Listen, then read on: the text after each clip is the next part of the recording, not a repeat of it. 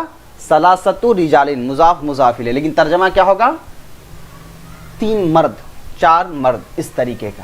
تو عدد معدود کا آپ جو ہے سمجھ گئے ہیں، اب تھوڑا سا اس کا جو ہے پریکٹس کر لیجئے، اس سے تھوڑا سا آپ کو جو ہے بینیفٹ مل جائے گا۔ تھوڑا سا اس کو ہم ریویژن کر لیتے ہیں۔ یہ پہلے کے کچھ ڈاکومنٹیشن ہے یہاں پر، اس کو آپ اگنور کر دیں، یہ آپ پڑھ چکے ہیں۔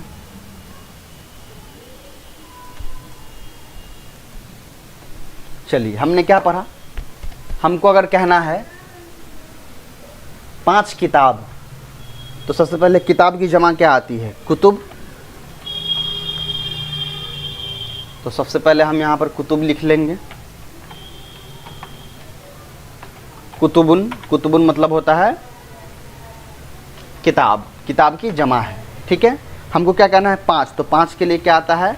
خمسۃن، خمسن لکھ دیتے ہیں، اصل میں تو خمسن مطلب 5 ہوتا ہے۔ اب رول کیا ہے ہمارا کہ جب معدود جمع ہو، معدود تو جمع آئے گا ہی، وہ نہیں، رول کیا ہے؟ جب معدود مذکر ہو تو عدد مؤنث آئے گی، تو عدد مؤنث کے لیے کیا کرنا ہوگا ہم کو؟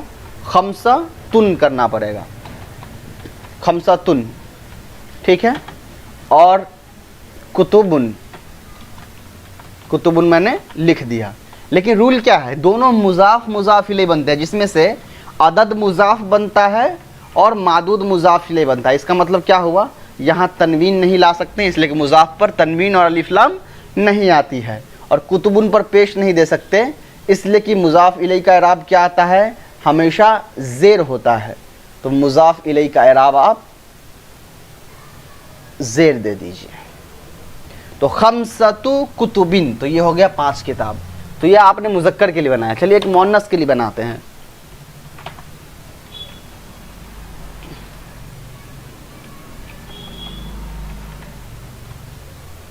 ساعتن، ساعتن مطلب ہوتا ہے گھڑی،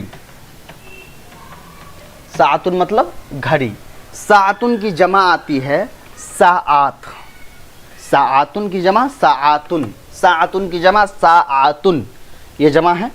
ہم کو کہنا ہے 4 گھڑی، تو ہم کیا کریں گے؟ اربعتن لائیں گے کیا؟ اربعتن نہیں لائیں گے، کیوں؟ اس لیے کہ معدود مؤنث ہے، تو مدد کیسا لانا پڑے گا؟ مذکر، تو اربعون، اور معدود جو ہوگا وہ تو ہمیشہ اس پر کیا ہوگا؟ زیر ہی ہوگا، تو اربعون ساعات، لیکن ابھی بھی غلط ہے، کیوں؟ اس لیے کہ اربعو مضاف بنے گا، تو اربعو ساعاتن، تو یہ کیا بنے گا؟ 4 گھڑی۔ تو مجھے امید ہے کہ آپ نے 3 سے لے کر کے 10 تک کے نمبر سسٹم کو سمجھ لیا، آپ نے اس کو پڑھ لیا ہے۔ تو 3 سے لے کر کے 10 تک کے نمبر سسٹم کا یہ قاعدہ ہے، اور یہاں پر میں نے رول بھی جو ہے لکھ دیا ہے ایک ایک مثال کے ساتھ، اس کو آپ پڑھ لیں گے اور سمجھ لیں گے انشاءاللہ۔ باقی کے جو رول ہیں انشاءاللہ اگلی ویڈیو میں بتائی جائے گی۔